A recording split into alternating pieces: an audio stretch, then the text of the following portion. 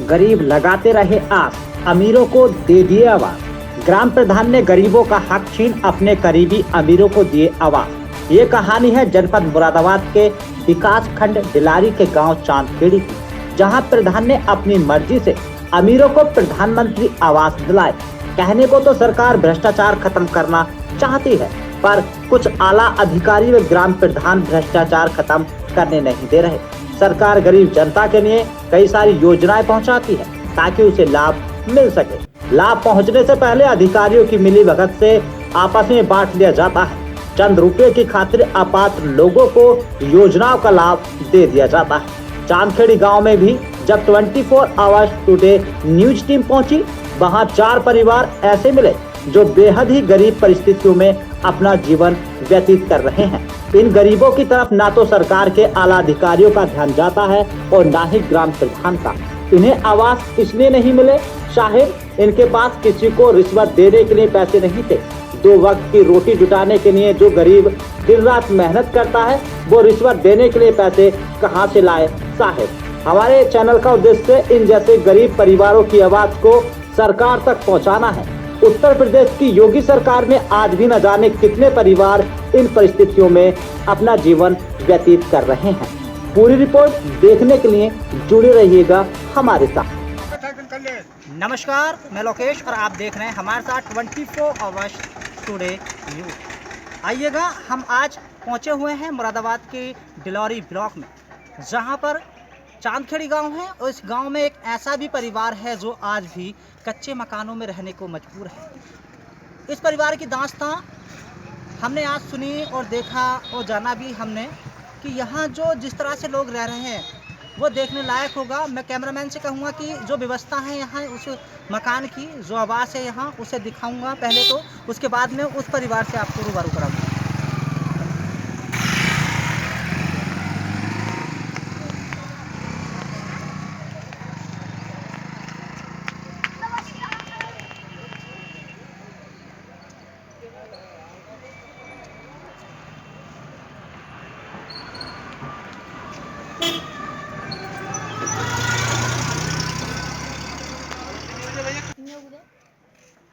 सरकार चाहे कितने भी लाख कोशिश कर ले कि सरकार के कहने के अनुसार भी भ्रष्टाचार कम नहीं हो रहा। कहीं ना कहीं भ्रष्टाचार गांव में देखने को मिलता है। जिनके मकान की व्यवस्था आप देखेंगे तो रोंगटे खड़े हो जाएंगे। यहाँ जो मेरे साथ मौजूद हैं उसी परिवार की महिला हैं, मैं उनसे बात करूंगा और जानना चाहूँगा किस विषय पर, किस वजह से इनको अभी तक आवास नहीं दिया गया। जी, आपका नाम?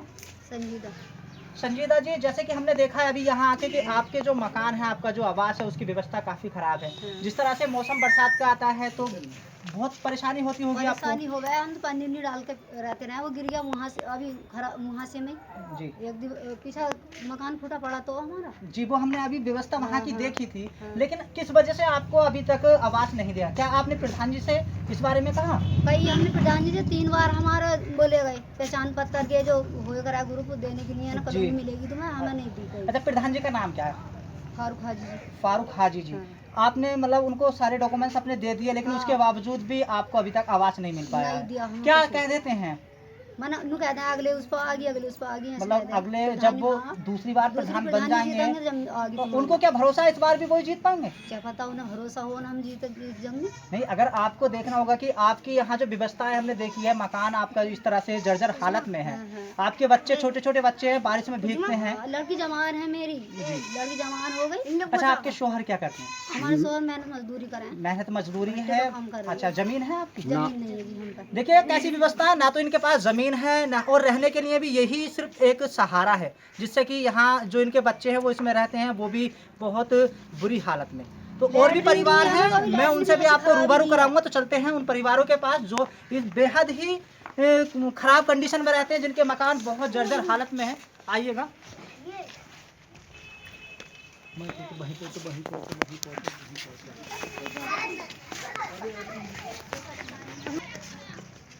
एक ये भी ऐसा परिवार है इसी गांव में जिसकी हालत में कैमरामैन से कहूँगा कि पहले वो दिखाएं उसको। देखिएगा, चारों तरफ मिट्टी के घर बने हैं, जहाँ कुछ पन्नी पड़ी है और कहीं जहाँ फूस पड़ा है। तो कैमरामैन एक बार इस सबको दिखाएं।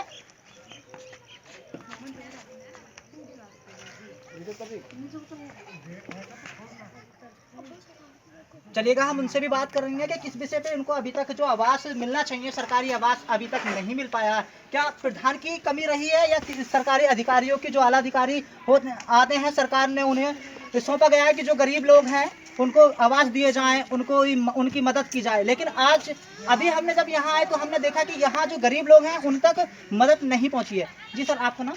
कलवा है। कलवा जी, जैसे हमने आपके यहाँ मकान की व्यवस्था देखी, काफ़ी जर्जर हालत में पड़ा है और बहुत ही कंडीशन खराब है।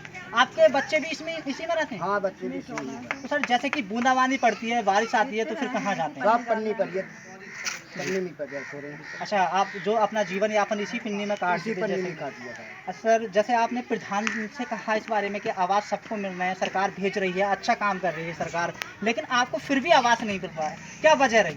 हमने कही तो कह रहे थे अगली पंचायत में देखियो। अच्छा, आने वाली पंचवर्षीय योजना हाँ। में आपको आवास दिया जाएगा? आवास दिया तो जाएगा। क्या ये क्लियर है कि जो मौजूदा प्रधान है वही जीतेंगे? हाँ, वो उन्होंने कही हमसे। अच्छा, आपसे उन्होंने ही कहा है। हाँ। लेकिन ऐसा भी तो नहीं है, अगर वो नहीं जीत पाते हैं तो आपको फिर भी मकान नहीं, आवास मिलेगा। नहीं मिल हाँ, पाएगा? नहीं मिलेगा। 5 वर्ष में आपको सिर्फ आश्वासन दिया गया ताकि अभी हाँ। क्या हम करा देंगे, अगली पंचवर्षीय योजना में करा देंगे। विश्वास दिलाया गया बस। अच्छा, विश्वास दिलाया गया। कितने आपके बच्चे हैं? 11 बच्चे हैं आपके, छोटे छोटे बड़े जो भी हाँ, बच्चे हैं 11 हैं। 11। अच्छा सर, जमीन उमीन है आपके? नहीं, जमीन नहीं है। देखिएगा, जमीन भी ना होने के कारण सिर्फ ये रहने की जो व्यवस्था, रहने की मड़ैया, वो भी टूटी फूटी पड़ी है चारों ओर पास से। ना तो इन्हें सिर्फ एक प्रधान द्वारा शौचालय की व्यवस्था की गई थी, वो भी हमने देखा तो काफ़ी जर्जर हालत में है। सिर्फ उसके लिए इन्हें पैसा नहीं दिया गया, प्रधान द्वारा ही जो ईंटें दी गई थी, जो मसाला दिया गया था, वही लगाया गया था। आइएगा, एक और यहाँ परिवार है, उससे भी हम आगे बात करते हैं। देख लीजिए साहब, ये है व्यवस्था इस मकान की, जहाँ एक और परिवार रहता है। आप खुद देख सकते हैं किस तरह से इस मकान की कंडीशन है।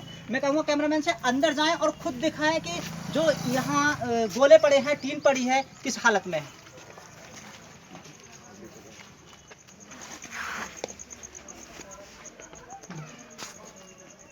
देखिएगा, क्या सरकारों का इस तरफ ध्यान नहीं जाता? क्या जो भी सरकार आती है गरीबों को नहीं देख पाती? वैसे तो बड़े बड़े वादे किए जाते हैं कि हम गरीबों के लिए ये इतना कुछ कर रहे हैं, सरकार आवास दिला रही है, शौचालय दिला रही है, लेकिन चांदखेड़ी गांव में ऐसा भी कुछ देखने को नहीं मिला। इनका आरोप है जो भी यहाँ अपात्र लोग हैं उनको आवास दिए गए हैं, और उनको इसलिए आवास दिए गए ताकि प्रधान और जो सेक्रेटरी हैं उनको 10-10, 20-20 हज़ार रुपये रिश्वत के तौर पर जा चुके हैं। हम उनसे बात करते हैं जो इस मकान के मालकिन हैं। जी, आपका नाम? रोशन जहाँ जी, जैसे कि आपके यहाँ भी मकान पर ये पिन्नी पड़ी है, आपने किस वजह से आपका मकान रहा है? क्या आपने प्रधान जी से इसके बारे में शिकायत की? 3-4 बार कही, उन्होंने कहा ना हाँ आपका हो जाएगा, आपका हो जाएगा। 3 साल हो गए, 4 साल भी लग गया। अच्छा, वो ही करते रहे, नजरअंदाज, नहीं कुछ नहीं। अच्छा, जैसे कि कुछ मांग की गई थी पैसों को लेकर के, आवास दिलाएंगे हम आपको और आप हमें पैसे दीजिएगा, सेक्रेटरी ने भी प्रधान द्वारा मिली भगत से, ऐसा कुछ हुआ आपके साथ? कहा था, मैंने दिए नहीं थे। अच्छा, आपने दिए नहीं थे, हाँ। मतलब आपसे मांग की गई थी, थी। तो इसी बेस पे आपका जो अभी आवास है नहीं बन पाया है। हाँ जी। मतलब जो आपने, अगर आप उनको मतलब रिश्वत के तौर पर 10,000 या 20,000 रुपए दे देते नहीं, अभी तो पैसों के बारे में उन्होंने ऐसी कोई बात नहीं करी। अच्छा। मगर जब भी कहते हैं उनसे ये कहते हैं कि हाँ करेंगे, आपकी लिस्ट में आ जाएगा। और जिनके घर बने हुए हैं उन्हें दे रहे हैं, हमें कुछ नहीं। अच्छा, हमें जिनके कुछ नहीं। पक्के मकान हैं, हाँ, उनको दे रहे हैं। उनको दे रहे हैं, हमें कुछ नहीं। तो देखिएगा, ये तो सरासर नाइंसाफी है ना, ताकि सरकार करप्शन रोकना चाहती है लेकिन फिर भी करप्शन नहीं रुक पा रहा है।